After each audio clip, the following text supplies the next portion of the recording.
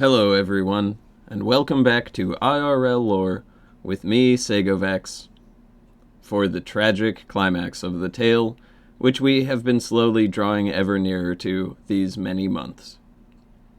So I'm going to start with something a bit apocryphal, or I'm not sure what word I'm looking for, spurious, maybe? If you have any previous interest in this subject, i.e., these texts outside of prevailing theologic or academic orthodoxy, then there's a good chance you've encountered it before. Here goes.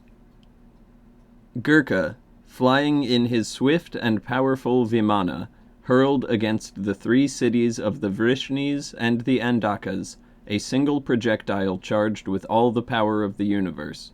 An incandescent column of smoke and flame as bright as 10,000 suns rose with all its splendor.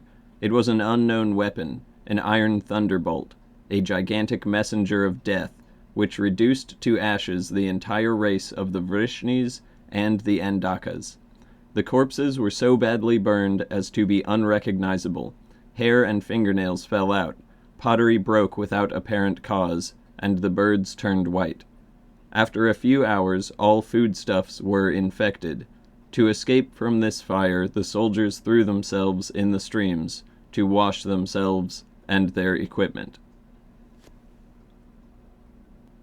This is an alleged passage, allegedly appearing in Mahabharata, the Hindu holy text, world's longest poem, and Sanskrit epic otherwise most famous in the West for containing Bhagavad Gita. But the passage in question is, infuriatingly, always presented without chapter or verse citations. I mean, come on. It's religious literature. It's not as if people haven't been analyzing and debating this stuff for centuries, millennia even, by this point. One could easily include a simple citation designed by religious scholars for the express purpose of showing people exactly where in the text certain phrases appear, but they never do. And the mind naturally leaps to an obvious explanation as to why not. But, not allowing myself to be discouraged by a seemingly obviously fabricated piece of extremely convenient scripture, I, the intrepid Segovex, undertook digging through this text, which, as I alluded to before, is something like 10 times as long as the Odyssey and Iliad combined, to see if I could find it. And this search eventually led me to Book 16, Mausala Parva, the Book of the Clubs. But I think we should put that on hold for now, and first it would behoove us to review the biblical narrative, and catch everyone up to speed on the events to the west from the perspective of Mahabharata, the dramatic conclusion, the destruction of the cities of the plain and consequent final collapse of the great Ki-en-Gir that had stood for 10,000 years, which is to say roughly Sumeria.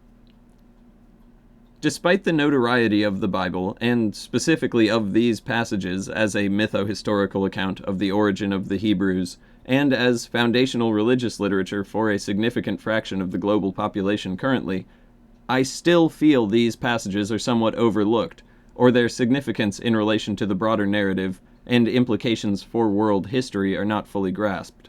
So, I will relate them here.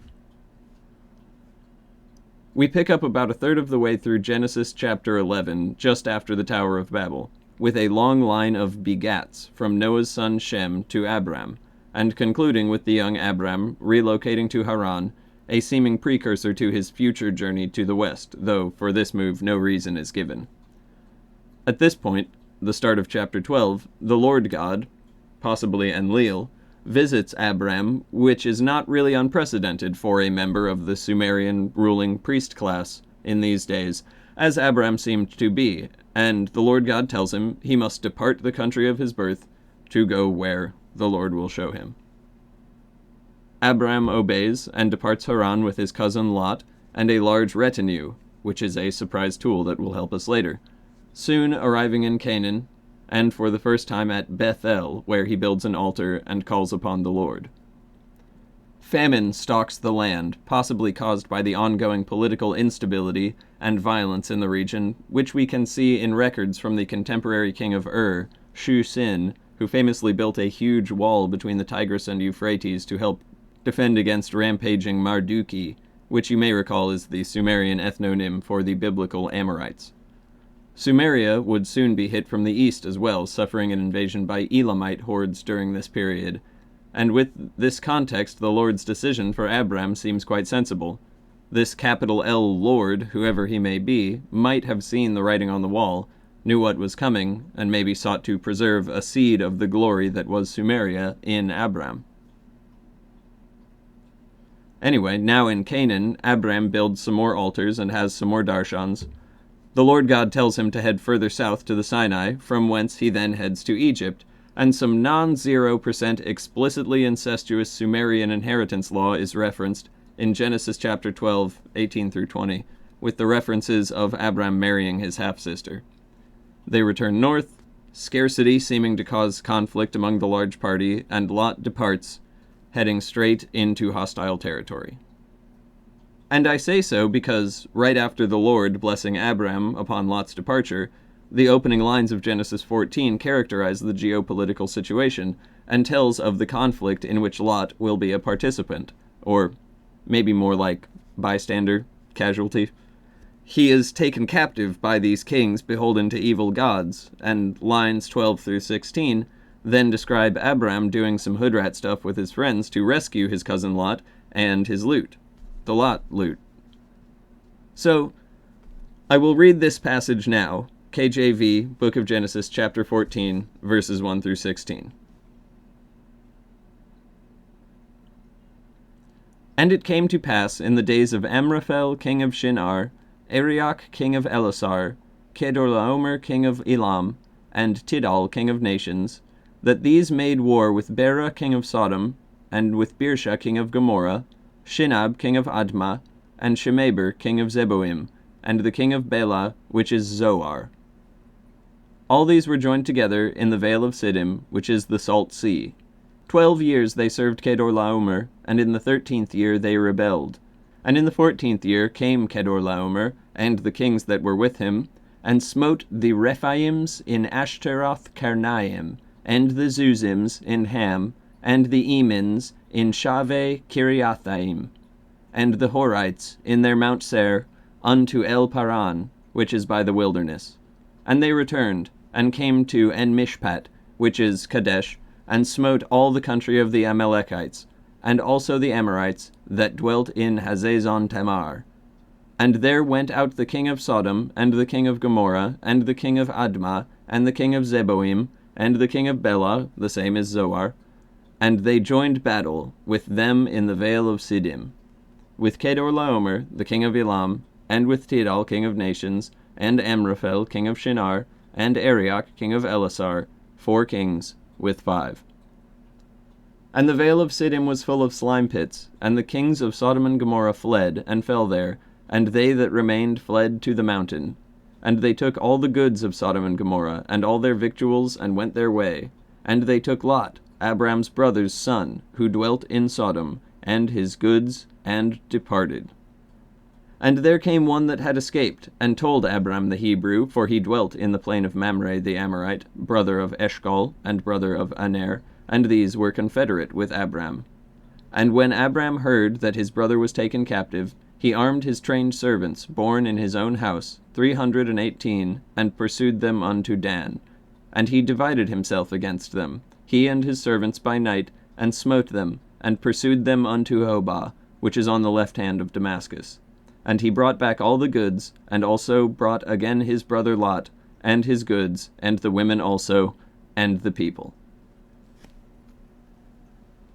So I feel this passage is kind of overlooked, mainly due to its seemingly underappreciated wealth of extra-biblical people and events involved with the story of Abraham, or, well, still Abram at this point, by which we could potentially corroborate the biblical narrative.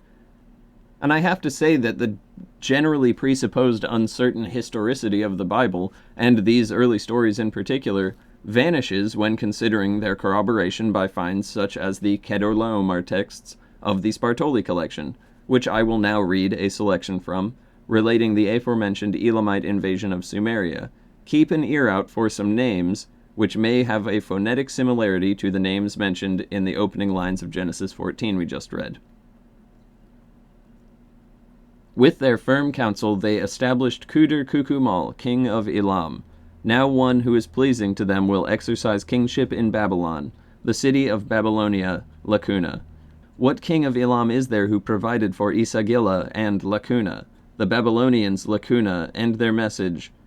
As for the words that you wrote, I am a king, son of king, of royal seed, eternal indeed, the son of a king's daughter, who sat upon the royal throne. As for Dur-Shil-Ilani, son of Eriaku, who carried off plunder of Lacuna, he sat on the royal throne, Lacuna. As for us, let a king come whose lineage is firmly founded from ancient days. He should be called Lord of Babylon, Lacuna. When the guardian of well-being cries, Lacuna. The protective spirit of Ishara, Lacuna, was frightened away. The Elamite hastened to evil deeds, for the Lord devised evil for Babylon. When the protective genius of justice stood aside, the protective spirit of Ishara, temple of all the gods, was frightened away. The Elamite enemy took away his possessions, and Leal, who dwelt therein, became furious. When the heavens changed their appearance, the fiery glare and ill wind obliterated their faces. The gods were frightened off, and they went down to the depths. Whirlwinds, ill wind engulfed the heavens. Anu, the gods' creator, had become furious. He diminished their celestial appearances, and he laid waste his own celestial position with the burning of the shrine Iana. He obliterated its designs. Lacuna Ishara, the netherworld, trembled. Uncertain, possibly, Enlil commanded total destruction. The god had become furious. He commanded for Sumer the smashing of Enlil's land. Which one is Kuder-Kukumal, the evildoer? He called therefore the Umanmanda. He leveled the land of Enlil. He laid waste Lacuna at their side. When the Lacuna of Izida and Nabu, trusty of all, Lacuna hastened to Lacuna, he set out downstream towards the ocean. Ibitutu, who was on the sea, hastened to the east. He, Nabu, crossed the sea and occupied a dwelling not his own. The rights of Izida, the sure house, were deathly still. The Elamite enemy sent forth his chariotry. He headed downstream towards Borsippa. He came down the dark way. He entered Borsippa. The vile Elamite toppled its sanctuary. He slew the nobles of Lacuna with weapons. He plundered all the temples. He took their possessions and carried them off to Elam. He destroyed its wall. He filled the land with weeping. Lacuna. An improvident sovereign, Lacuna, he felled with weapons. Dur-Shil-Ilani, son of Eri-Aku, he plundered Lacuna, water over Babylon and Isagila. He slaughtered its Lacuna with his own weapon like sheep. He burned with fire old and young. Lacuna with weapons. Lacuna he cut down old and young. Tudhula, son of Gaza, Lacuna, plundered the Lacuna, water over Babylon and Isagila. Lacuna his son smote his pate with his own weapon. Lacuna his lordship to the rights of Anunitum, king of Elam. Lacuna plundered the great Lacuna. He sent like the deluge, all the cult centers of Akkad and their sanctuaries he burned. All the cult centers of Akkad and their sanctuaries he burned with fire. Kuder-Kukumal, his son, cut his middle and his heart with an iron dagger. His enemy he took and sought out. The wicked kings, criminals, Lacuna captured. The king of the gods, Marduk, became angry at them. Lacuna, the doer of evil to him. Lacuna his heart. Lacuna, the doer of sin must not Lacuna. So, you may have noticed there we have Eri-Aku, Tudhula, and Kuder-Kukumal, names which easily could be transformed into the Hebrew as Arioch, Tidal, and Kedorlaomer. Maybe less easily transformed on that last one, but close enough, and 2 out of 3 ain't bad. Point being, this is independent evidence describing a far-ranging war encompassing both the Sumerian East and Levantine West in agreement with the Bible, and thus lending veracity to the notion of Abraham and his retinue as participants in this war. You can read this as a very long and politically involved allegory about why putting stuff up butts is bad and can lead to unforeseen consequences. Be my guest. But I think it has greater value as a historical text. And, of particular note, I think, aside from the corroboration of these kings' names, existence, and political relationships, is the mention of Nabu occupying a dwelling not his own, and the name drop of Marduk at the end. This is it. This is the precipice of the end of Sumeria, with evil gods going around swaying kings away from righteousness in the land, and here their names are mentioned in the thick of the violence. I don't think it's a coincidence. What were Abraham and the gang doing in Egypt and the Sinai before in chapter 13? Maybe simply gathering supplies? Famously food exporting Egypt being a lifeline in this time of famine? Whatever the case, there is some conflict there, and the Lord intercedes on behalf of Abraham. Perhaps the Pharaoh was an adherent of the new hidden god Amun, and thus whom Enlil was hostile towards? Let's turn now back to the description of the campaign at the start of 14. In line 3, they assemble at the Vale of Siddim, near the Dead Sea, and move out with conflict ensuing. Then, in line 6, unto El Paran, which is by the wilderness. And not just any wilderness, but the Negev desert, gateway to the Sinai. What was the army of the 5 kings' goal in that desolate place? The Bible doesn't say, and at the start of the very next line, 7, they turn back and return to their cities. All this in a region where Abram is active with his corps of mounted retainers. What precisely happened here?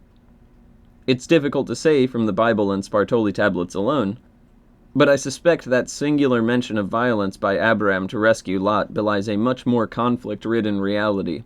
Far less some kindly shepherd traveling the land with his family and setting up altars here and there. Abram seems more like a war leader, serving as a fast strike force with his god providing intel and logistics aid in this war-torn land, with its recent extreme instability in the politics of heaven and earth. Anyhow, after rescuing Lot, they speak with the king of Salem, Shalom, the city of hailing, Jerusalem, apparently unaligned with the wicked cities of the plain, and possibly hinting at some local political connections. Maybe King Shalom and Abraham are aligned with the same God, who led these allies to each other to advance his own ends. Sister Wife has some late-in-life babies. Our hero gets a little off the top of his penis. Some other stuff happens, and our hero has his name changed from the very Sumerian Abram to the more westerny-sounding Abraham. But elsewhere, larger forces are moving. Back to Genesis 14, line 7 again. Why El Paran? What brought these wicked kings, presumably adherents of Marduk or Nabu, to the doorstep of a place so fraught with holy connotations even today? Maybe I'm reaching here, but follow my reasoning. In the myth of Zu, the Duran key, bond heaven and earth, is located in Mesopotamia, and who knows how long it stayed there. Then, sometime after the flood, I propose we see it in Lebanon at the Cedar Mountain, guarded by Huwawa, with the events of that story and subsequent Terran settlement in the region making it untenable, and all that remains today are the colossal stones of the old landing pad at Baalbek, covered by ruins of the countless shrines and temples built on it since abandonment by the lofty ones. So then where now is the Duran key during these events a few thousand years later? I propose it was in the same place Moses would get the 10 Commandments nearly another 1,000 years on from these events, the Sinai. This may even relate to the events of the previous video, the 7 evil demons. Would the first stop from this bond heaven-earth, the spaceport, not likely be the moon, sin space? Perhaps he oversaw both, had to go through him to get off-world, and if this presumed spaceport, or whatever Duran key is supposed to be, was here in the Sinai, then perhaps Marduk knocked out power coinciding with his allied human armies moving against El Paran. In short, I propose that these wicked kings, at the direction of Marduk and Nabu, were leading what essentially amounts to Storm Area 51, 2000 BC edition. Yeah. Try to picture that one for a minute. Bronze Age human armies trying to breach the lofty one's defenses around the bond of heaven and earth in the last war of gods and men. I know I like to.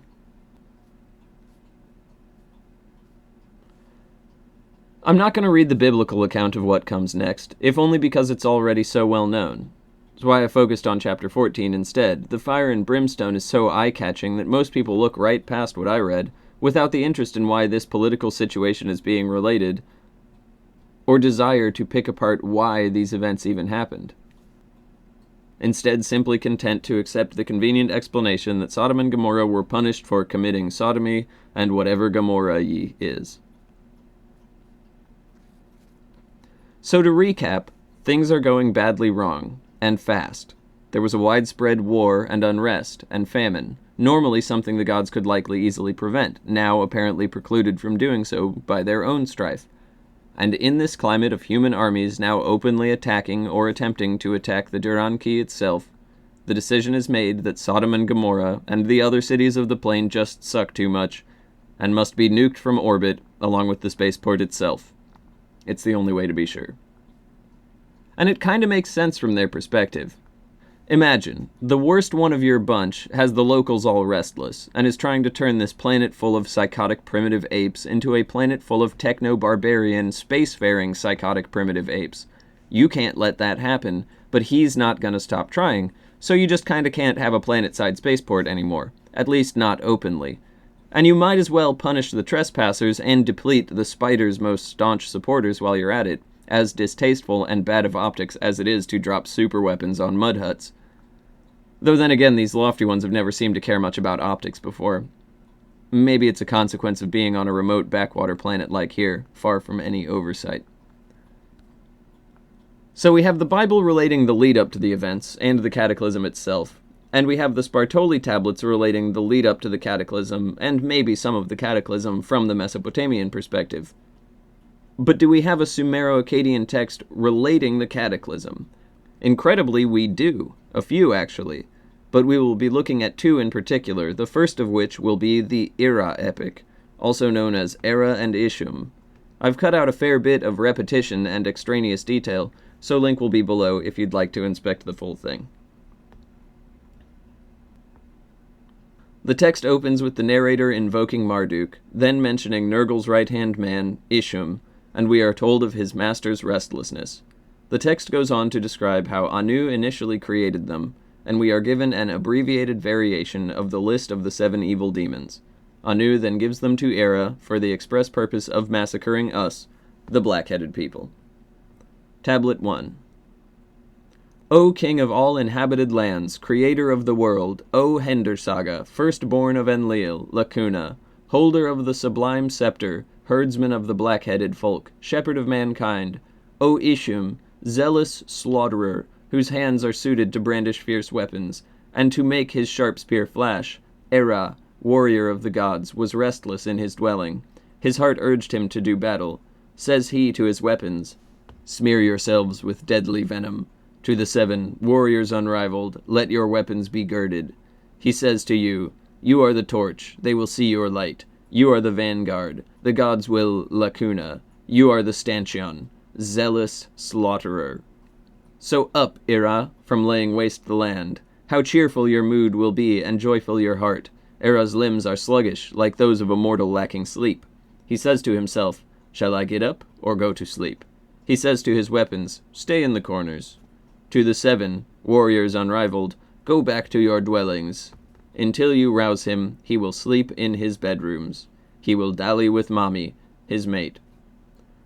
O Enkidudu, who patrols at night, ever guiding the noble, who ever guides young men and women in safety, making light as day, the 7, warriors unrivaled, their divine nature is different, their origins are strange, they are terrifying.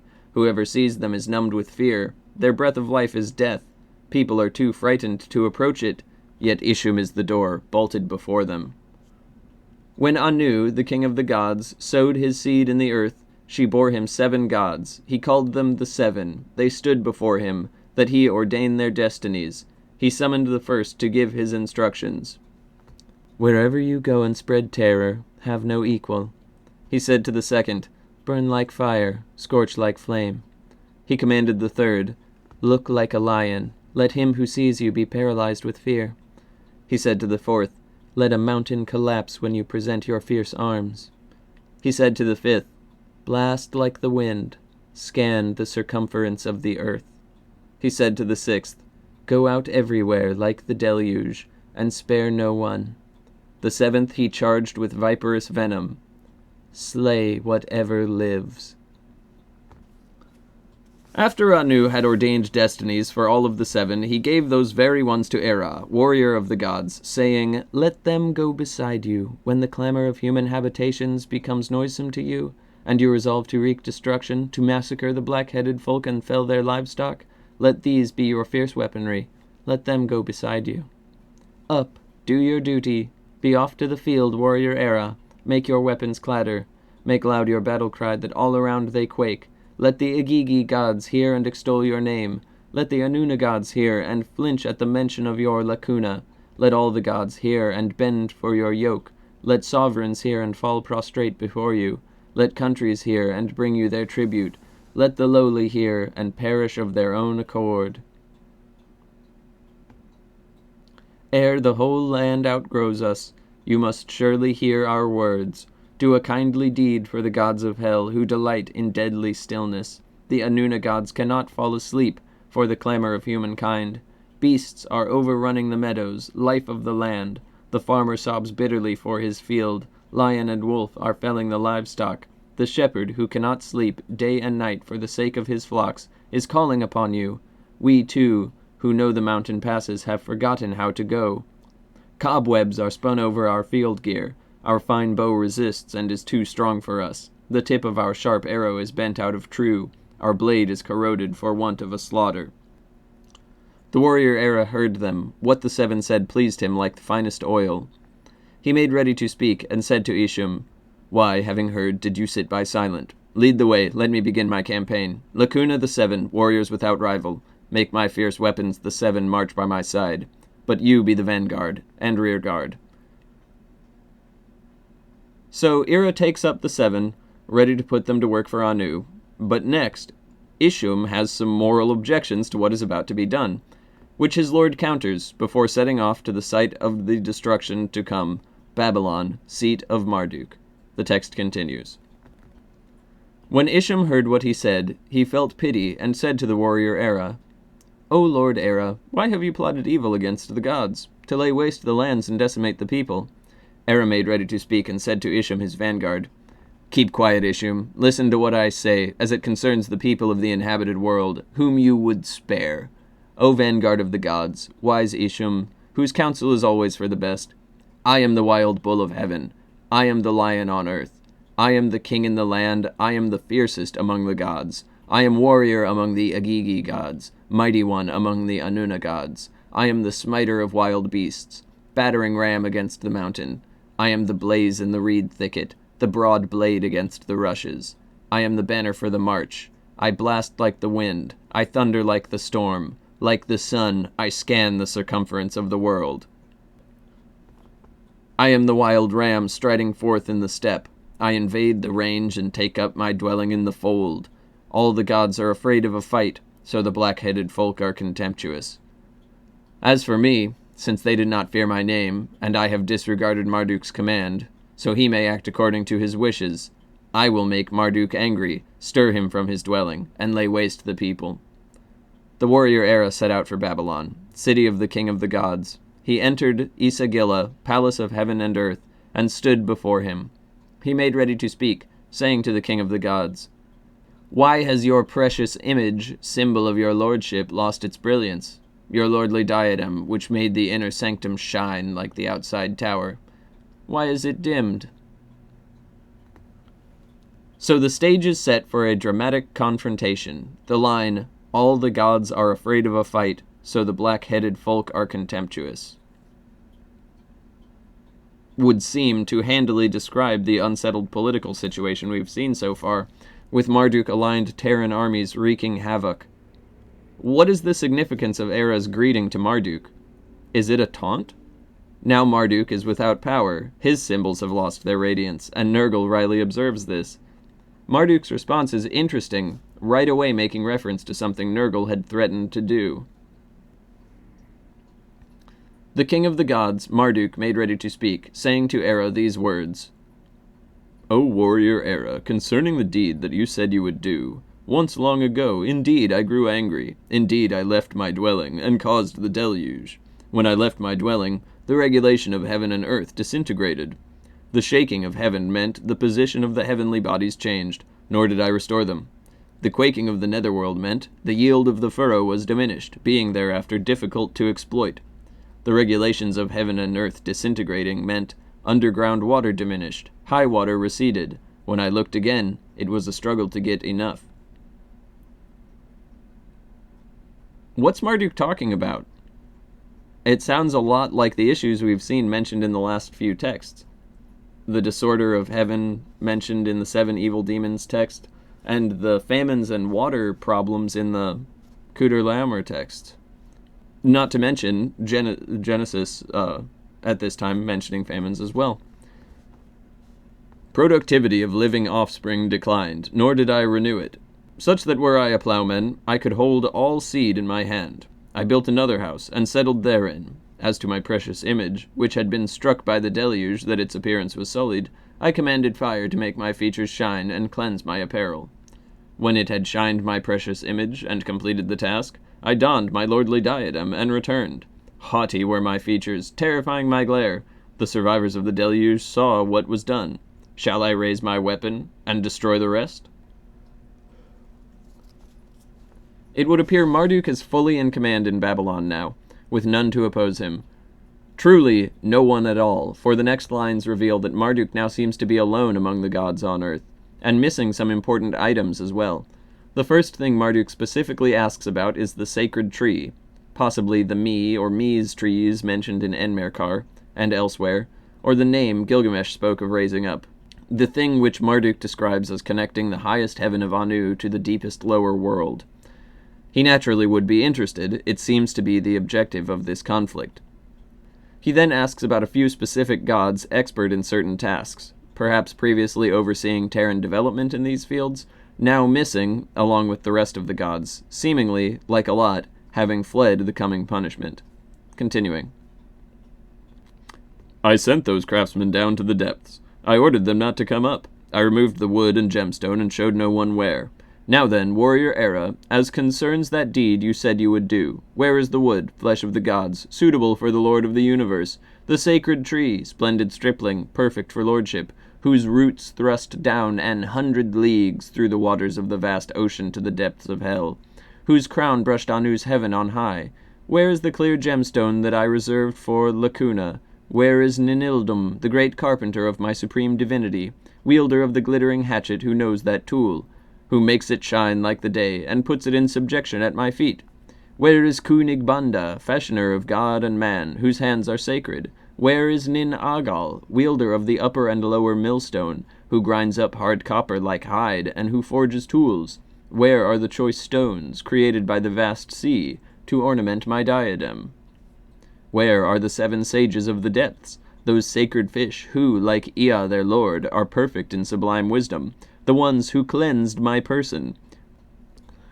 The warrior Era heard him. Lacuna, he made ready to speak, saying to noble Marduk, Lacuna, craftsman, Lacuna, tree, Lacuna, clear gemstone from its place I will bring up.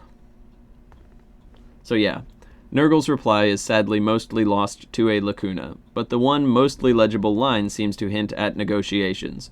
Marduk will ascend to treat with the great gods of heaven, possibly with promise of a potential settlement, and Nergal will bring forth a significant crystal that Marduk desired. Marduk has some concerns, which are related next. When Marduk heard this, he made ready to speak, saying to the warrior Era, When I rise from my dwelling, the regulation of heaven and earth will disintegrate. The waters will rise and sweep over the land. Bright day will turn to darkness. Whirlwind will rise, and the stars of heaven will be lacuna. Ill winds will blow, and the eyesight of living creatures will be darkened. Demons will raise up and seize lacuna. They will lacuna the unarmed one who confronts them. The gods of hell will rise up and smite down living creatures. Who keeps them at bay till I gird on my weaponry once more? When Era heard this, he made himself ready to speak, saying to noble Marduk, O noble Marduk, while you enter the house, fire cleanses your apparel, and you return to your palace. For that time I will govern and keep strong the regulation of heaven and earth. I will go up to heaven, and issue instructions to the Igigi gods. I will go down to the depths, and keep the Anuna gods in order. I will dispatch the wild demons to the netherworld. I will brandish my fierce weaponry against them. I will truss the wings of the ill wind like a bird's. At that house you shall enter, O noble Marduk. I will station Anu and Enlil to the right and left like bulls. Noble Marduk heard him. The words which Era spoke pleased him. So, Era tells Marduk what he wants to hear, but I believe it is all a ruse. You may have already noticed some elements of the deluge in the way that the Mesopotamians talk about these events, and the 7 evil demons. Here it will become more directly a destruction by fire in mirror to the great flood before, with some lines seeming to be an explicit reference to phrases from the flood texts. The references to frightened gods fleeing up to heaven just before the upheaval, being a big one early in this next passage. But, other than that, this second tablet is pretty badly fragmented. But I think some sense and narrative insight can still be gleaned from it, so I will read it through. Apologies in advance for saying lacuna so much. Marduk ascends, Sin video calls in from the moon, and negotiations begin as Nergal starts undoing what Marduk had done. Tablet 2. He arose from his dwelling, an inaccessible place. He set out for the dwelling of the Anuna gods. He entered that house and stood before them. Shamash looked upon him and let his protective radiance fall. Sin looked everywhere and did not leave the netherworld. Ill winds rose, and the bright daylight was turned to gloom. The clamor of the peoples throughout the land was stilled. The Igigi gods were terrified and went up to heaven. The Anuna gods were frightened and went down to the pit of hell. Lacuna the entire circumference. Lacuna in the dust. Lacuna let us see. Lacuna its doors. Lacuna like the stars of heaven. Gap. I don't know how long of a lacuna that is. The text just says gap. Your diadem, Lacuna, his heart, Lacuna, the governor's Lacuna, the awe-inspiring radiance of his divine splendor, Lacuna his days, Lacuna like rain. Let Ea in the depths, Lacuna his springs, let Shamash see, Lacuna, and let the people Lacuna, let Sin behold, and at his sign let him Lacuna to the land. Concerning that work, Ea, Lacuna, is expert. The warrior Era became very angry. Why, because of foam on the waters, the lacuna of mankind, which I myself created to bring offerings to the Anuna gods, did noble Marduk give up, not at the appointed time. He plotted to lay waste to the lands and destroy their people. Ea, the king, considered and said these words, Even now that noble Marduk has arisen from his dwelling, he did not command those craftsmen to come up. How can images of them, which I made among mankind, approach his sublime divinity where no god has access? He himself gave those same human craftsmen great discretion and authority. He gave them wisdom and perfect dexterity. They have made his precious image radiant, even finer than before. Warrior Era has stationed himself before him, night and day without ceasing, besetting the house for making radiant the precious image of the sovereignty of the king, and saying, Don't come near the work. He who draws near it, I will cut short his life and prolong his death agony. Lacuna let him hasten at the work. Lacuna has no equal. Lacuna Era was speaking like a mortal. Lacuna was trying to rival the noble one. Lacuna may he be humbled. The images of the craftsmen made his precious image radiant, Lacuna. They set the Lacuna at his door. Lacuna King Shamash girds it on. Lacuna he reoccupies his dwelling. Lacuna brilliance was re-established. All the gods Lacuna were gathered. Noble Marduk, Lacuna, godlike you Lacuna, shall to great Lacuna Era. Lacuna his uproar was terrifying. Lacuna the image, Lacuna of your lordship are raised up and established. The king of the gods made ready to speak, and said, Lacuna, and went up to heaven. Lacuna he commanded, return to your dwellings. Lacuna his sign, Lacuna upon your face, Lacuna their peoples. Lacuna you did not turn your back. He heard him. Lacuna said to the king of the gods, the word of Marduk, Lacuna of the day. He said to him, Lacuna, come now, Lacuna, to destroy the lands, why did you plot? Era heard him, Lacuna, he entered, Lacuna. Anu heard in heaven. He bowed his lofty head. Lacuna Antu, mother of the gods, was aghast. She entered her chamber. Enlil's Lacuna. Another gap. Father of the gods, Lacuna, Enlil, Lacuna among the beasts, all of them, Lacuna, Era, among the gods, Lacuna, among the stars of heaven, the fox star, Lacuna, was shining bright, and its radiance Lacuna for him. The stars of all the gods were dazzling, Lacuna, because they were angry with each other, and noble Marduk Lacuna put Lacuna.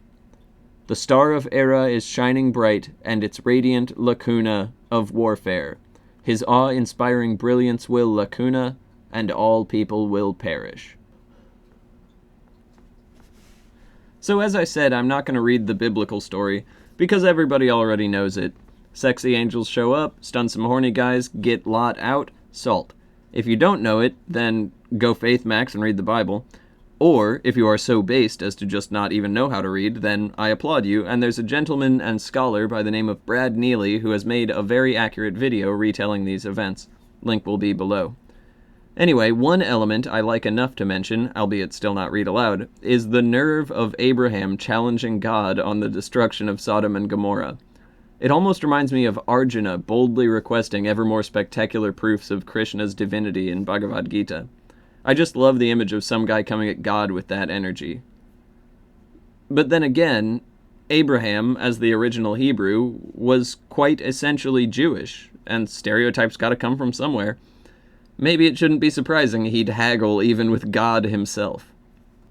And the Lord is receptive. But speaking of Bhagavad Gita, I think it's time to go back to where we started, with Book 16 of Mahabharata, Mausala Parva. Right away, that passage I read at the beginning simply does not appear as presented, but several lines very similar to it do appear pretty close to each other. When I found it, this was heartening, so I started looking around for different translations. I have had some success over the years, and I recall seeing versions closer to what I cited initially, but today all I can find for you is the famous K.M. Ganguly translation. I think it will serve our purpose, however, for demonstrating what is widely accepted, as I've tried to do with the Mesopotamian texts, is more useful than trying to find the right obscure version most perfectly suited to my argument, which I may not be able to reliably substantiate, especially when this version is more than good enough. Because I don't mean, as I said, it's more than good enough, I don't mean to cast shade on Ganguly's translation, it's famous for a reason. It's just that I don't know how poeticized it is, how much liberty he may have taken with the original text, and by consequence, I do not know if his translation is more correct than these others I mentioned. Naturally, I'd want as literal a translation as possible, and I seem to have all the ingredients at my disposal to create one: Sanskrit originals of Mahabharata, and Sanskrit to English dictionaries plus other translation resources available online. Yet that seems outside of my current aptitude and the scope of this video series, my personal interest these last 20 years or so having been in the Semitic tradition and language, as we have focused on so far. Nonetheless, Ganguly's translation is, as I said, more than sufficient, and though I may not know it as thoroughly as the Semitic tradition, the Sanskrit epics still contain a great deal of useful information to expand on, and corroborate the former with, and vice versa, of course. Briefly establishing the narrative of Mahabharata is difficult due to its aforementioned extreme verbosity, but the major conflict is that of the Kurukshetra war between two factions, the Kauravas versus our protagonist Pandavas. It could be roughly compared to the Hindu-Trojan War in the sense of involving gods and men in a struggle of great consequence, though naturally the true scope of this epic tome encompasses things far beyond that as well. Such as Arjuna's childhood friend pulling the most epic, albeit pretty strongly telegraphed, undercover boss moment maybe ever, when he reveals that he is, in fact, the one true god of the universe and personification of all things, and explains why violence is pretty cool sometimes actually, among other things, during the famous Bhagavad Gita passage. In the interest of time, however, I'll condense the summary. At the conclusion of the war, the Kaurava matriarch, Gandhari, in grief over her slain sons, lays a curse on Arjuna, Krishna, and the gang, saying that they too would die by fratricide within 36 years. This prophecy comes to fruition here, in the book I have mentioned. So, without further ado, The Mahabharata, Book 16, Masalaparva, translation by Kesari Mohan Ganguly, Section 1. Om. Having bowed unto Narayana, and to Nara, the foremost of men, as also to the goddess Sarasvati, should the word Jaya be uttered. Vaishampayana said, when the 36th year after the battle was reached, the delighter of the Kurus, Yudhisthira, beheld many unusual portents. Winds, dry and strong, and showering gravels blew from every side. Birds began to wheel, making circles from right to left. The great rivers ran in opposite directions. The horizon on every side seemed to be always covered with fog.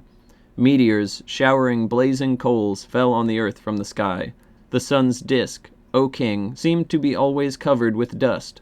At its rise, the great luminary of day was shorn of splendor and seemed to be crossed by headless trunks of human beings. Fierce circles of light were seen every day around both sun and the moon. These circles showed three hues. Their edges seemed to be black and rough and ashy red in color. These and many other omens, foreshadowing fear and danger, were seen, O king, and filled the hearts of men with anxiety. A little while after, the Kuru king, Yudhisthira, heard of the wholesale carnage of the Vrishnis in consequence of the iron bolt. The son of Pandu, hearing that only Vasudeva and Rama had escaped with life, summoned his brothers and took counsel with them as to what they should do. Meeting with one another, they became greatly distressed upon hearing that the Vrishnis had met with destruction through the Brahmana's rod of chastisement. The death of Vasudeva, like the drying up of the ocean, the heroes could not believe. In fact, the destruction of the wielder of Saranga was incredible to them. Informed of the incident about the iron bolt, the Pandavas became filled with grief and sorrow. In fact, they sat down, utterly cheerless, and penetrated with blank despair. Janamejaya said, Indeed, O Holy One, how was it that the Andakas along with the Vrishnis, and those great car warriors, the Bojas, met with destruction in the very sight of Vasudeva? Vaishampayana continued, when the 36th year was reached after the great battle, a great calamity overtook the Vrishnis. Impelled by time, they all met with destruction in consequence of the iron bolt. Janamejaya said, Cursed by whom did those heroes, the Vrishnis and Andakas and the Bojas, met with destruction? O foremost regenerate persons, do thou tell me this in detail. Vaishampayana continued, one day the Vrishni heroes, numbering Sarana amongst them, saw Vishvamtira and Kanwa and Narada arrived at Dwaraka, afflicted by the rod of chastisement wielded by the deities. Those heroes, causing Samba to be disguised like a woman, approached those ascetics and said, This one is the wife of Vabru of immeasurable energy, who is desirous of having a son. Ye rishis, do you know for certain what this one will bring forth? Hear now, O king, what those ascetics attempted to be thus deceived said. This heir of Vasudeva, by the name Samba, will bring forth a fierce iron bolt for the destruction of the Vrishnis and Andakas. Ye wicked and cruel ones, intoxicated with pride, through that iron bolt ye will become the exterminators of your race, with the exception of Rama and Janardana. The blessed hero armed with the plough will enter the ocean, casting off his body, while a hunter of the name of Jara will pierce the high-souled Krishna while lying on the ground. Endeavored to be deceived by those wicked ones, those ascetics with eyes red in wrath, looked at each other and uttered those words. Having said so, they then proceeded to see Keshava, the slayer of Madhu. Informed of what had taken place, summoned all the Vrishnis and told them of it. Possessed of great intelligence and fully acquainted with what the end of his race would be, he simply said that that which was destined would surely happen. Hrishikesa, having said so, entered his mansion. The Lord of the universe did not wish to ordain otherwise. When the next day came, Samba actually brought forth an iron bolt through which all the individuals in the race of the Vrishnis and the Andakas became consumed into ashes. Indeed, for the destruction of the Vrishnis and Andakas, Samba brought forth, through that curse, a fierce iron bolt that looked like a gigantic messenger of death. The fact was duly reported to the king. In great distress of mind, the king, Ugrasena, caused that iron bolt to be reduced into fine powder. Men were employed, O king, to cast that powder into the sea.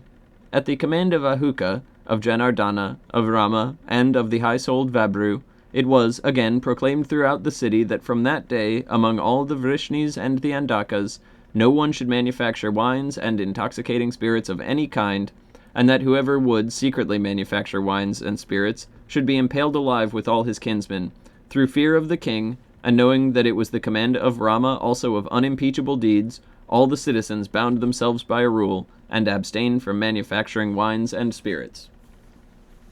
Did you notice any similarities with what was described in the Era epic? Something wrong with the heavens, and other strange portents, and food-related troubles.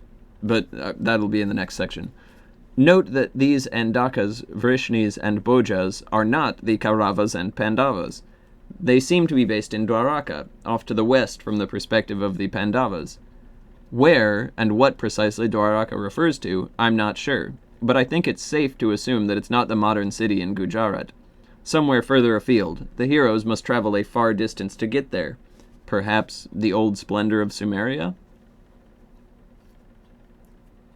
The events described are difficult to date definitively.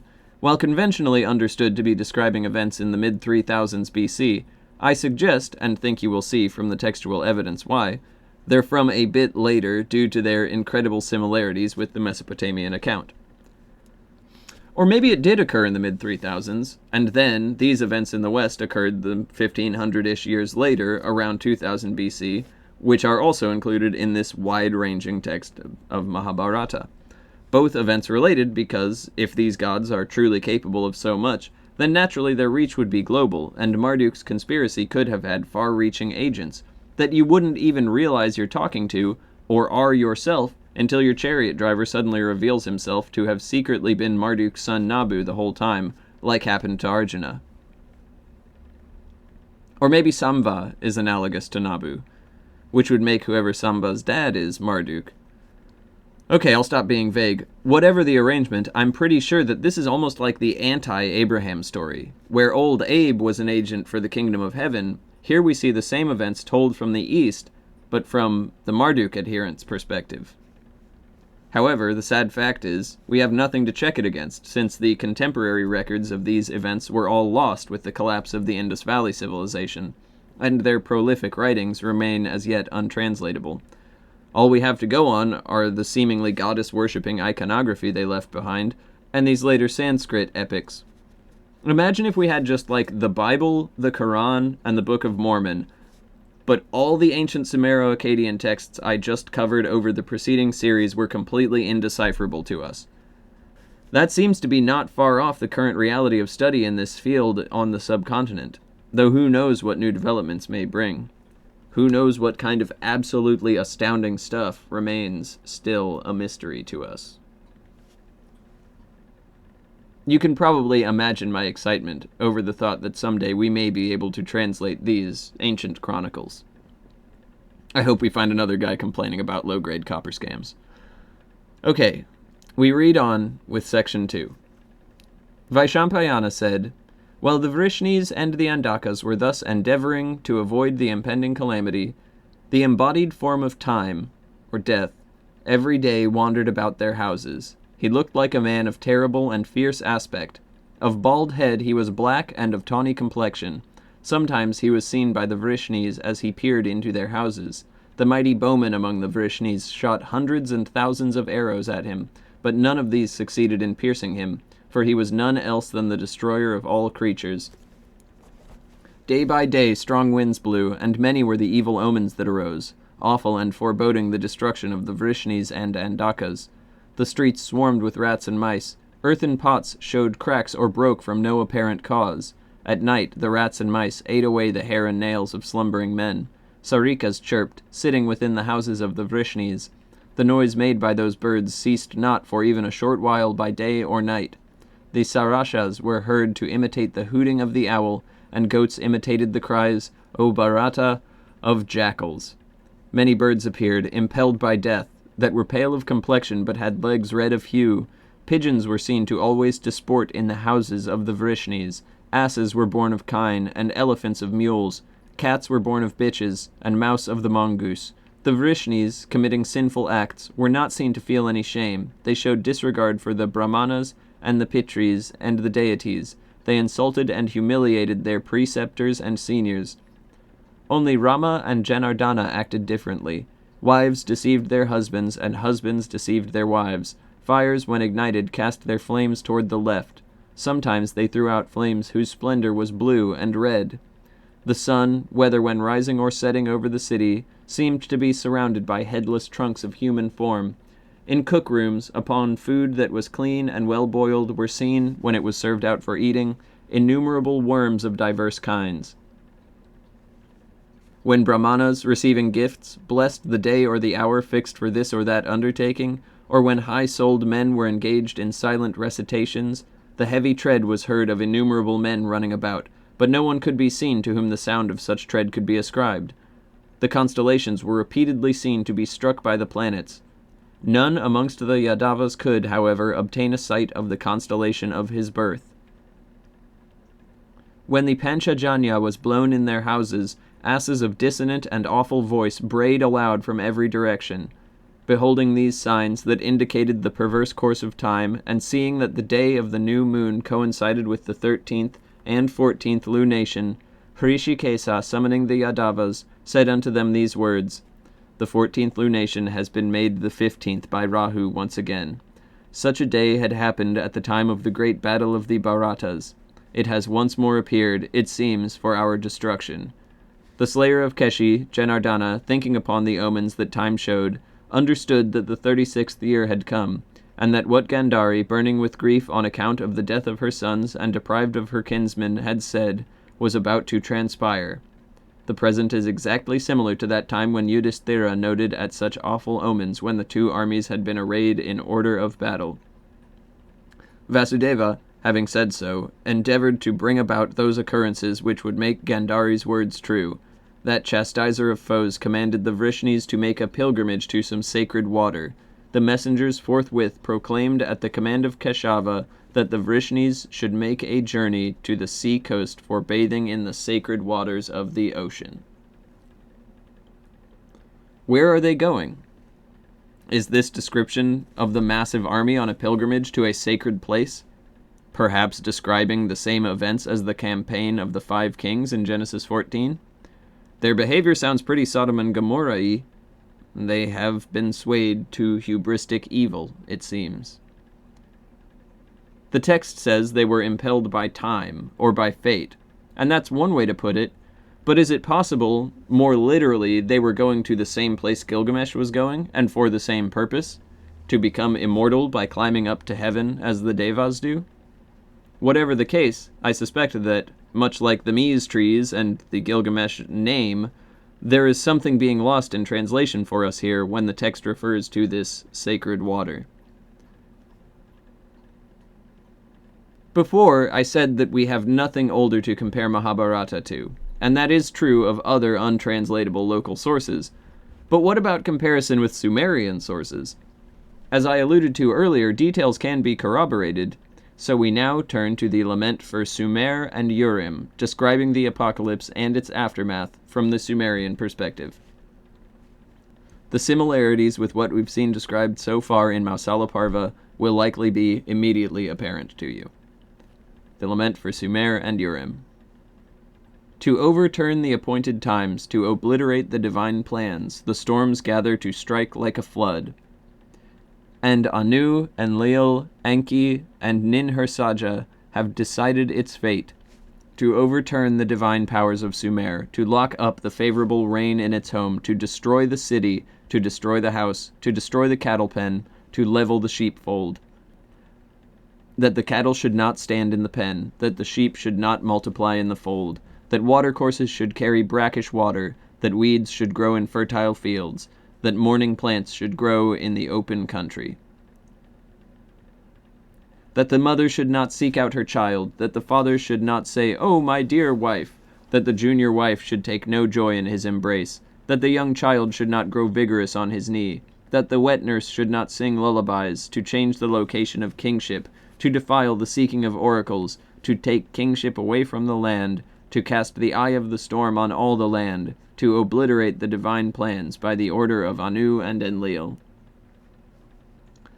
After Anu had frowned upon all the lands, after Enlil had looked favorably on the enemy land, after Nintud had scattered the creatures that she had created, after Enki had altered the courses of the Tigris and Euphrates, after Utu had cast his curse on the roads and highways, so as to obliterate the divine powers of Sumer, to change its preordained plans, to alienate the divine powers of the reign of kingship of Urim, to humiliate the princely son in his house Kishnu-Jal, to break up the unity of the people of Nana, numerous as ewes, to change the food offerings of Urim, the shrine of magnificent food offerings, that its people should no longer dwell in their quarters, that they should be given over to live in an inimical place, that Kimaki and Ilam, the enemy, should dwell in their place, that its shepherd, in his own place, should be captured by the enemy, that Ibisuen should be taken to the land Elam in fetters, and that Mount Zabu, on the edge of the sea to the borders of Ankan, like a swallow that has flown from its house,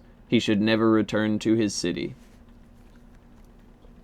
That on the two banks of the Tigris and of the Euphrates bad weeds should grow, that no one should set out on the road, that no one should seek out the highway, that the city and its settled surroundings should be razed to ruin mounds, that its numerous black-headed people should be slaughtered, that the hoe should not attack the fertile field, that seed should not be planted in the ground, that the melody of the cowherd's songs should not resound in the open country, that butter and cheese should not be made in the cattle pen, that dung should not be stacked on the ground, that the shepherd should not enclose the sacred sheepfold with a fence, that the song of the churning should not resound in the sheepfold.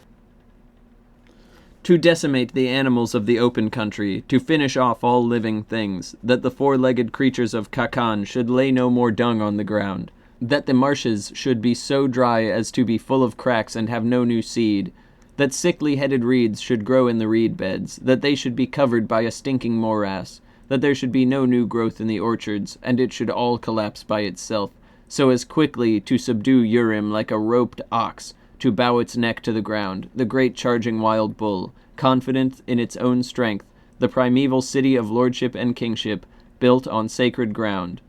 Its fate cannot be changed. Who can overturn it? It is the command of Anu and Enlil. Who can oppose it? Anu frightened the very dwellings of Sumer. The people were afraid. Enlil blew an evil storm. Silence lay upon the city. Nintud bolted the door of the storehouses of the land. Enki blocked the water in the Tigris and Euphrates. Utu took away the pronouncement of equity and justice. Inanna handed over victory in strife and battle to a rebellious land. Ninjirsu poured Sumer away like milk to the dogs. Turmoil descended on the land. Something that no one had ever known. Something unseen, which had no name. Something that could not be fathomed. The lands were confused in their fear. The god of the city turned away. Its shepherd vanished. The people, in their fear, breathed only with difficulty. The storm immobilized them. The storm did not let them return. There was no return for them. The time of captivity did not pass. What did Enlil, the shepherd of the black-headed people, do? Enlil, to destroy the loyal households, to decimate the loyal men, to put the evil eye on the sons of the loyal men, on the firstborn. Enlil then sent down Gutium from the mountains. Their advance was as the flood of Enlil that cannot be withstood.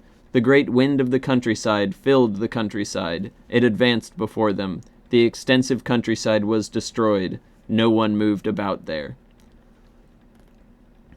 The dark time was roasted by hailstones and flames. The bright time was wiped out by a shadow. On that bloody day, mouths were crushed. Heads were crushed. The storm was a harrow coming from above. The city was struck by a hoe. On that day, heaven rumbled, the earth trembled, the storm worked without respite. Heaven was darkened, it was covered by a shadow. The mountains roared, Utu laid down at the horizon. Dust passed over the mountains. Nana lay at its zenith. The people were afraid. The city, Lacuna, stepped outside. The foreigners in the city even chased away its dead. Large trees were uprooted. The forest growth was ripped out. The orchards were stripped of their fruit. They were cleaned of their offshoots. The crop drowned while it was still on the stalk. The yield of the grain diminished. 3 lines fragmentary. They piled Lacuna up in heaps. They spread Lacuna out like sheaves. There were corpses floating in the Euphrates. Brigands roamed the roads. The father turned away from his wife without saying, "Oh, my wife." The mother turned away from her child without saying, "Oh, my child." He who had a productive estate neglected his estate without saying, "Oh, my estate." The rich man took an unfamiliar path away from his possessions. In those days, the kingship of the land was defiled. The tiara and crown that had been on the king's head were both spoiled. The lands that had followed the same path were split into disunity. The food offerings of Urim, the shrine of magnificent food offerings, were changed for the worse. Nana traded away his people, numerous as ewes. Its king sat immobilized in the palace, all alone. Ibisin was sitting in anguish in the palace, all alone. In Enam Tilla, his palace of delight, he wept bitterly. The devastating flood was leveling everything. Like a great storm it roared over the earth. Who could escape it? To destroy the city, to destroy the house, so that traitors would lie on top of loyal men, and the blood of traitors flow on loyal men. The storms gather to strike like a flood.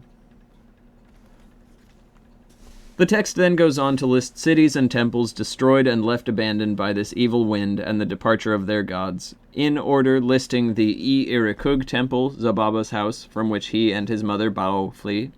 Kazalu is destroyed, from which Numkuda and his wife Namrat flee.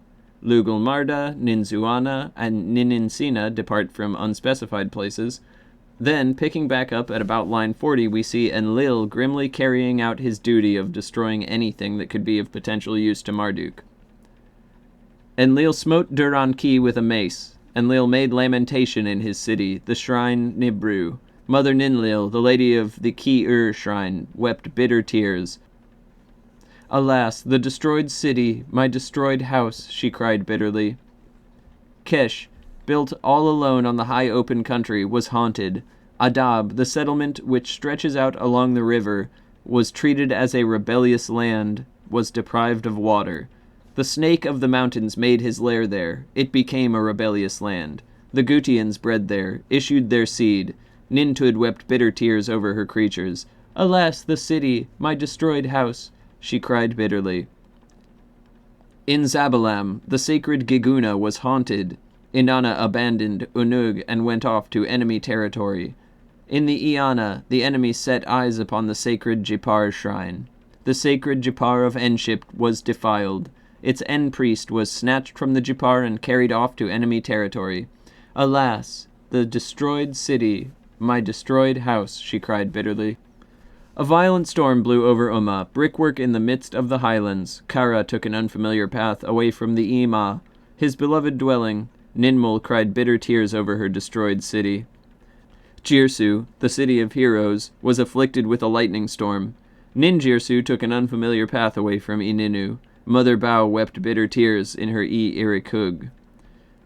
On that day, the word of Enlil was an attacking storm. Who could fathom it? The word of Enlil was destruction on the right, was lacuna on the left. What did Enlil do in order to decide the fate of mankind? Enlil brought down the Elamites, the enemy from the highlands. Nansi, the noble daughter, was settled outside the city. Fire approached Ninmarki in the shrine Guaba. Large boats were carrying off its silver and lapis lazuli. The lady, sacred Ninmarki, was despondent because of her perished goods.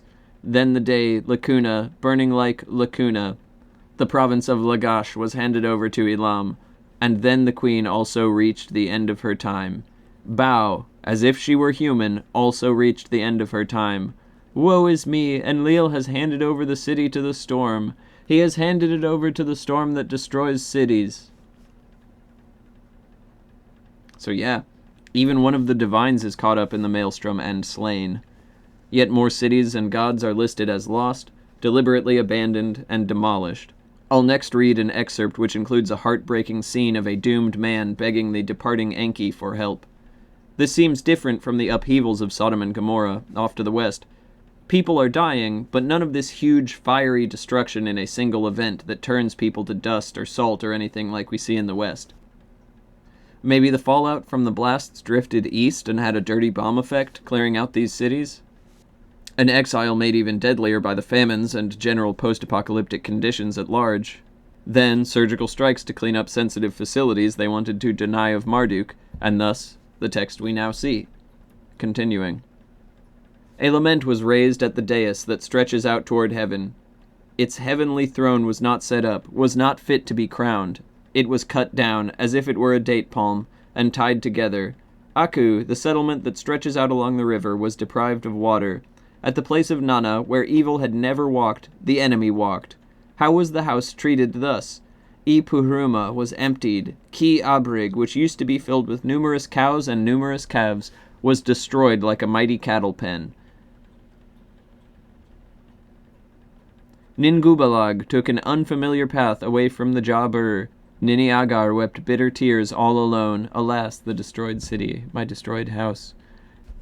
Nin Azu deposited his weapon in a corner of the E-Gida. An evil storm swept over Ninhersaja and the E-Nutura. Like a pigeon she flew from the window. She stood apart in the open country. In Jikbanda, the house that was filled with lamentation, reeds grew. Ninjikzida took an unfamiliar path away from Jikbanda. Azimua, the queen of the city, wept bitter tears. On that day, the storm forced people to live in darkness. In order to destroy Kuara, it forced people to live in darkness. Ninihama, in her fear, wept bitter tears. Asarluhi put on his robes with haste, and Lakuna, Lugalbanda, took an unfamiliar path away from his beloved dwelling. Alas, the destroyed city, my destroyed house. Eridug, floating on great waters, was deprived of drinking water, in its outer environs which had turned into haunted plains. Lakuna, the loyal man, in a place of treachery. Lakuna, Ka-Hejala, and Igi-Hejala. Lakuna. I, a young man whom the storm has not destroyed. Lakuna. I, not destroyed by the storm, my attractiveness not brought to an end. Lakuna, we have been struck down like beautiful boxwood trees. We have been struck down like Lakuna with colored eyes. We have been struck down like statues being cast in molds. The Gutians, the Vandals, are wiping us out. We turn to Father Anki in the Absu of Eridug. Lakuna, what can we say? What more can we add? Lakuna, what can we say? What more can we add? Lakuna, we have been driven out of Eridug. We who were in charge of Lakuna during the day are eclipsed by shadows. We who are in charge of Lakuna during the night are Lakuna by the storm. How shall we receive among our weary ones him who was in charge during the day? How shall we let him who was in charge by night go astray among our sleepless ones? Enki, your city has been cursed. It has been given to an enemy land. Why do they reckon us among those who have been displaced from Eridug? Why do they destroy us like palm trees, us who were not violent? Why do they break us up like a new boat that has not Lakuna? After Enki cast his eyes upon a foreign land, one line unclear. Lakuna, have risen up, have called on their cohorts. Enki took an unfamiliar path away from Eridug. Damgalnuna, the mother of Ima, wept bitter tears. Alas, the destroyed city, my destroyed house, she cried bitterly. Its sacred Japar of Enship was defiled. Its end-priest was snatched from the Japar and carried off to enemy territory. In Urim no one went to fetch food, no one went to fetch water. Those who went to fetch food went away from the food and will not return. Those who went to fetch water went away from the water and will not return. To the south, the Elamites stepped in, slaughtering. Lakuna. In the uplands, the Vandals, the enemy. Lakuna. The Tidnum daily strapped the mace to their loins. To the south, the Elamites, like an onrushing wave, were. Lakuna. In the uplands, like chaff blowing in the wind, they. Lakuna. Lakuna over the open country. Urim, like a great charging wild bull, bowed its neck to the ground. What did Enlil, who decides the fates, then do? Again he sent down the Elamites, the enemy from the mountains, the foremost house, firmly founded, Lakuna, in order to destroy Kasiga. 10 men, even 5 men, Lakuna. 3 days and 3 nights did not pass. Lakuna, the city was raked by a hoe. This continues a little more. Then the next tablet describes the aftermath of the cities, overgrown and abandoned, and the tale concludes with the gods promising that these cities will be rebuilt someday. You can follow the link below if you'd like to read it for yourself. I feel it has done its work of establishing a basis for the events of the Sanskrit text, though, in a place that meets the description the Sanskrit text gives for them having occurred in, even. Now we will return to Mausala Section 3. To refresh, we have been following the large host of Andakas and Vrishnis as they set out to travel to the sacred water, perhaps paralleling the campaign of the 5 kings mentioned in Genesis 14, especially considering the massive consequences of these events in both traditions, though more so in one than the other. The notion that these events directly caused our current state of affairs with seemingly absent gods is still present in Hinduism, while that explicit idea did not survive into modern times from its mentions in the previous lament texts and in the Semitic tradition today. The horrible portents continue, and Rakshasa are mentioned, seemingly their term for Galu demon. I actually don't think I've seen any other explicit mention of them in records of these events, but considering that this is the last time that men fought shoulder to shoulder with gods present on Earth, I'd be kind of more surprised to not see Galu demons there were I a fly on the wall. The Vrishnis and Andakas prepare a large quantity of food and drinks and set out for the sacred water. Upon arrival, Yudava sees them and knows what is about to happen, and all the mortals witness his brilliant departure into the heavens. Then they start to drink and party, now here, after successfully storming Area 51 BC edition. And they begin to quarrel. And the results of giving drunk Neolithic people access to divine weaponry are, well, let's just let the text speak for itself. Mausala Section 3. Vaishampayana said, "At that time, the Vrishni ladies dreamed every night that a woman of black complexion and white teeth, entering their abodes, laughed aloud and ran through Dwaraka, snatching from them the auspicious threads in their wrists. The men dreamt that terrible vultures entering their house and fire chambers gorged themselves on their bodies. Their ornaments and umbrellas and standards and armors were seen to be taken away by terrible Rakshasas. In the very sight of the Vrishnis, the discus of Krishna, given by Agni, made of iron and having its nave composed of the hardest adamant, ascended into the firmament. In the very sight of Daruka, the excellent car of Vasudeva, of solar effulgence and properly equipped, was taken away by the horses yoked unto it.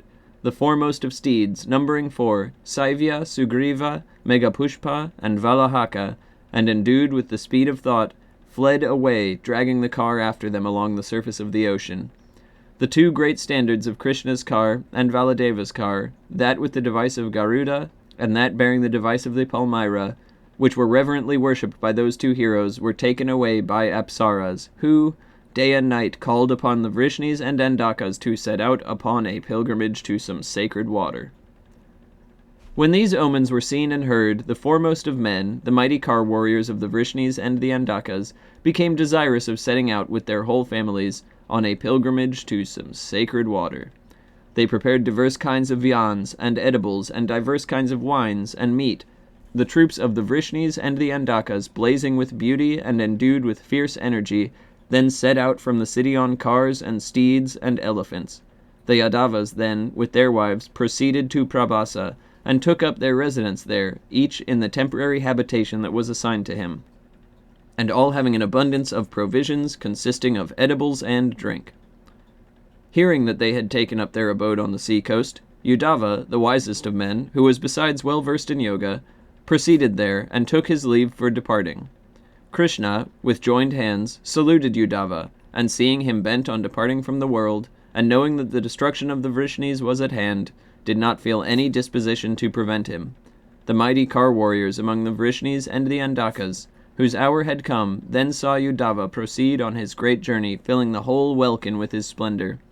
The Vrishnis, mixing with wine the food that had been cooked for high-souled Brahmanas, gave it away to monkeys and apes.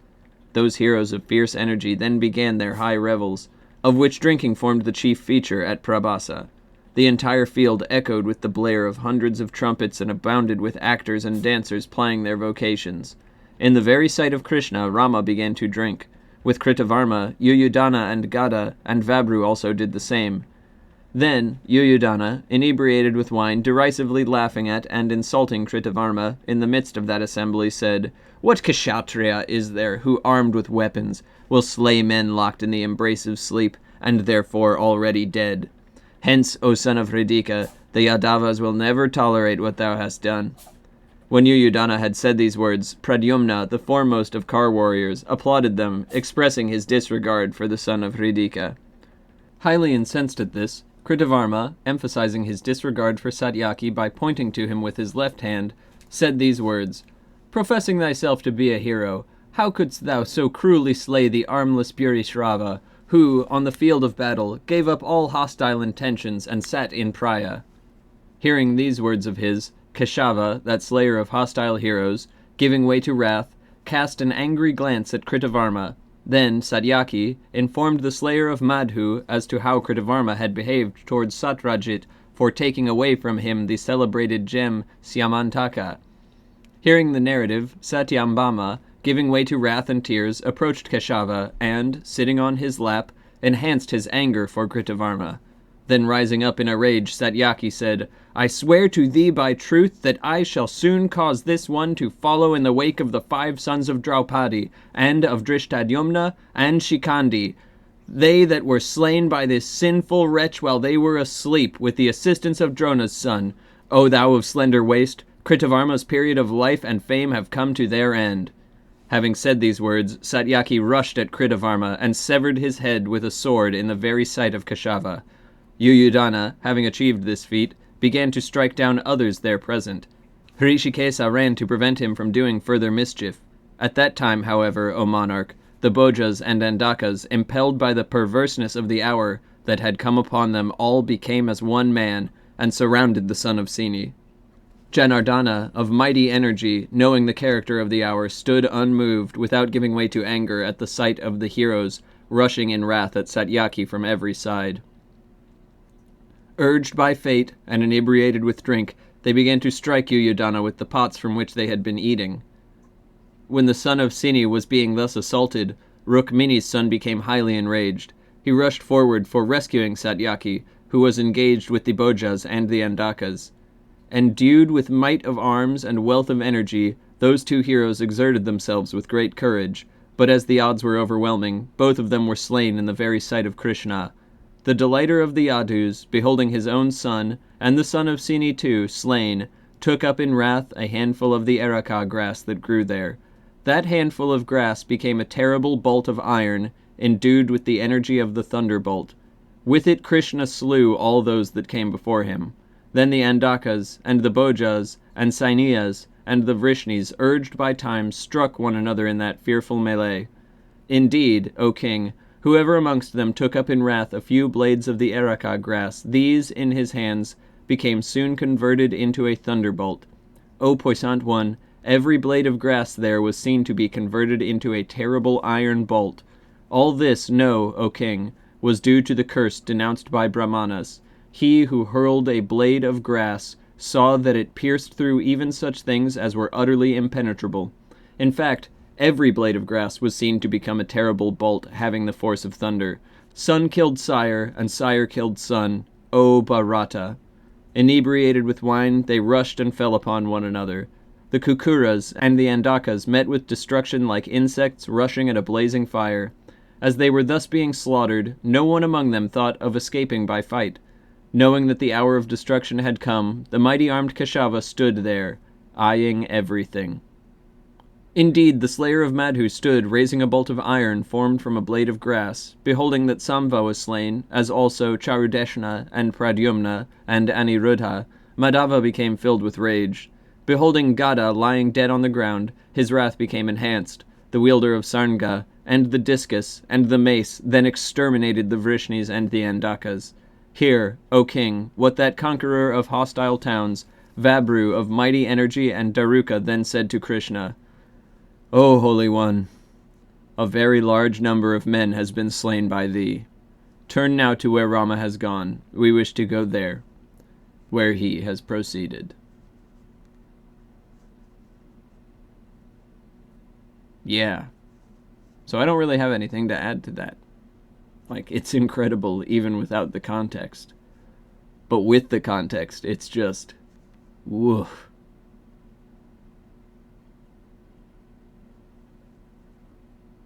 So, that's the end of my analysis. I don't have any more to interject with.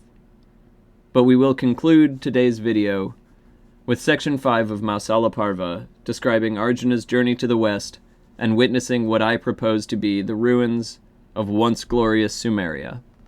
Here goes. Vaishampayana said, "Meanwhile, Daruka, going to the Kurus and seeing those mighty car warriors, the son of Pritha informed them of how the Vrishnis had slain one another with iron bolts. Hearing that the Vrishnis, along with the Bojas and Andakas and Kukuras, had all been slain, the Pandavas, burning with grief, became highly agitated. Then Arjuna, the dear friend of Keshava, bidding them farewell, set out for seeing his maternal uncle. He said that destruction would soon overtake everything. Proceeding to the city of the Vrishnis, with Daruka in his company, O puissant king, that hero beheld that the city of Dwaraka looked like a woman bereft of her husband. Those ladies, who had before this the very Lord of the universe for their protector, were now lordless. Seeing that Partha had come for protecting them, they all set up a loud wail. 16,000 ladies had been wedded to Vasudeva. Indeed, as soon as they saw Arjuna arrive, they uttered a loud cry of sorrow. As soon as the Kuru prince met those beauteous ones deprived of the protection of Krishna and of their sons as well, he was unable to look at them, his vision being obstructed by tears. The Dwaraka river had the Vrishnis and the Andakas for its water, steeds its fishes, cars for its rafts, the sound of musical instruments and the rattle of cars for its waves, houses and mansions and public squares for its lakes. Gems and precious stones were its abundant moss. The walls of adamant were the garlands of flowers that floated on it. The streets and roads were the strong currents running in eddies along its surface. The great open squares were the still large lakes in its course. Rama and Krishna were its two mighty alligators. That agreeable river now seemed to Arjuna to be the fierce Vaitarani bound up with time's net. Indeed, the son of Vasava, endued with great intelligence, beheld the city to look even thus, reft as it was of the Vrishni heroes. Shorn of beauty and perfectly cheerless, it presented the aspect of a lotus flower in the season of winter. Beholding the sight that Dwaraka presented, and seeing the numerous wives of Krishna, Arjuna wailed aloud with eyes bathed in tears, and fell down on the earth.